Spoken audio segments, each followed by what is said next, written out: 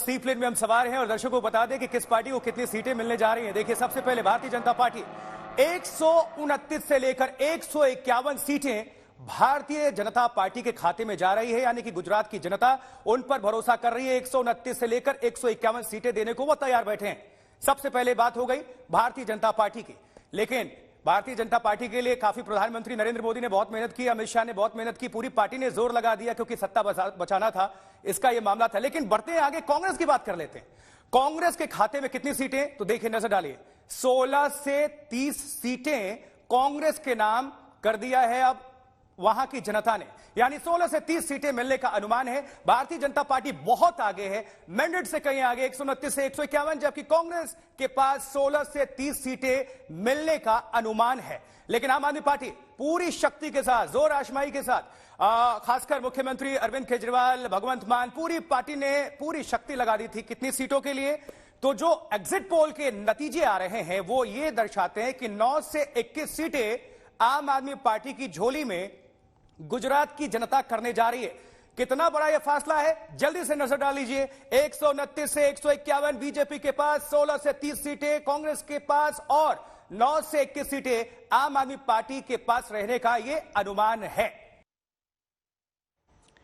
हिमांशु मिश्रा मेरे सहयोगी इस वक्त तमाम जानकारी के साथ सीधे अहमदाबाद से जुड़े हैं। हिमांशु, देखिए, पूरी तरीके से गुजरात में तो स्थिति साफ हो गई है, लेकिन हिमाचल में कहीं ना कहीं अभी भी ये लग रहा है कि बीजेपी के पास भी चांस हो सकता है, कांग्रेस के पास भी कांटे की टक्कर वहां दिखाई दे रही है। लेकिन इस बीच एमसीडी को लेकर बीजेपी को हताशा होगी जरूर। देखिए, बिल्कुल भारतीय जनता पार्टी के लिए एक तरफ तो बहुत बड़ी खुशी है, दूसरी तरफ सिचुएशन जो है वो 50-50 पर लगभग आके अटक गई है हिमाचल में। और भारतीय जनता पार्टी को अभी भी उम्मीद है कि वो सरकार बना लेंगी। अगर कुछ नंबर कम पड़ते हैं तो जो रेबल भारतीय जनता पार्टी के 22 जो रेबल हैं जिन्होंने पार्टी छोड़कर चुनाव लड़ा है, भारतीय जनता पार्टी को उम्मीद है अगर उनमें से कुछ जीतेंगे और उनको अपने साथ लाके सरकार बना सकते हैं।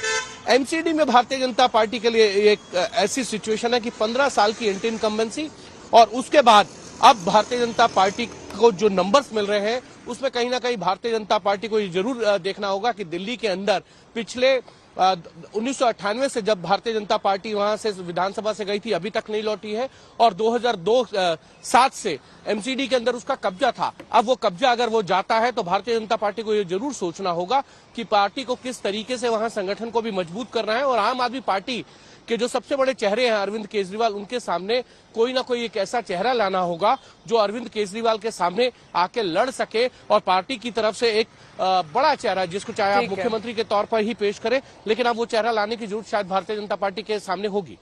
ठीक है, बहुत बहुत शुक्रिया हिमांशु इस तमाम जानकारी के लिए आपका। तो आज तक का एग्जिट पोल अपने सटीक अनुमानों के लिए जाना जाता है, लेकिन जैसा कि होता आया है, जिस दल की सरकार बन रही होती है वो इसका स्वागत करता है और जिसके हक में नतीजे नहीं आते हैं काउंटिंग तक उसकी उम्मीदें बनी रहती हैं। एग्जिट पोल के नतीजों पर भी राजनीतिक प्रतिक्रिया कुछ इसी लाइन पर हुई।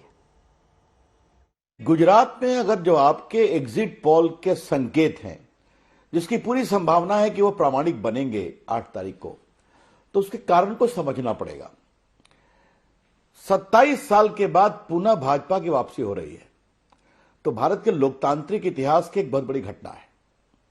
और अगर आप इसको ऐतिहासिक फ्रेमवर्क में देखेंगी तो सीपीएम की सरकार की बराबरी हो रही है आज, जो बंगाल में थे वो, तो यह बहुत बड़ी घटना है। एंटी इनकम्बेंसी जो आप लोग हमेशा चर्चा करती हैं वो गुजरात में नहीं होती, प्रो इनकम्बेंसी। परिवर्तन के नारे हर जगह गूंज रहे थे, रैलियों में बड़ी संख्या में लोग आ रहे थे, सूरत और राजकोट जैसे तमाम जगहों पे आप लोगों ने देखा। तो मैं समझता हूं चुनाव परिणाम में भी ये बातें निकल के आएंगी, उसकी प्रतीक्षा करनी चाहिए 8 दिसंबर तक।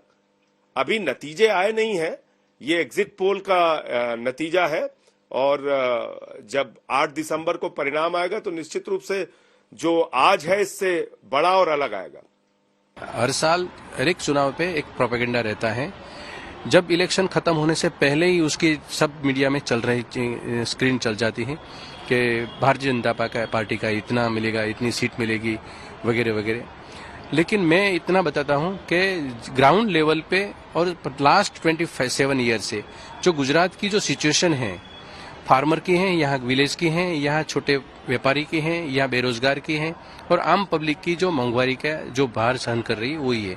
सभी मिला के हम देखेंगे तो गुजरात में ऐसा कोई माहौल नहीं है कि 125, 123, 135 सीट भारतीय जनता पार्टी को मिल सकती है।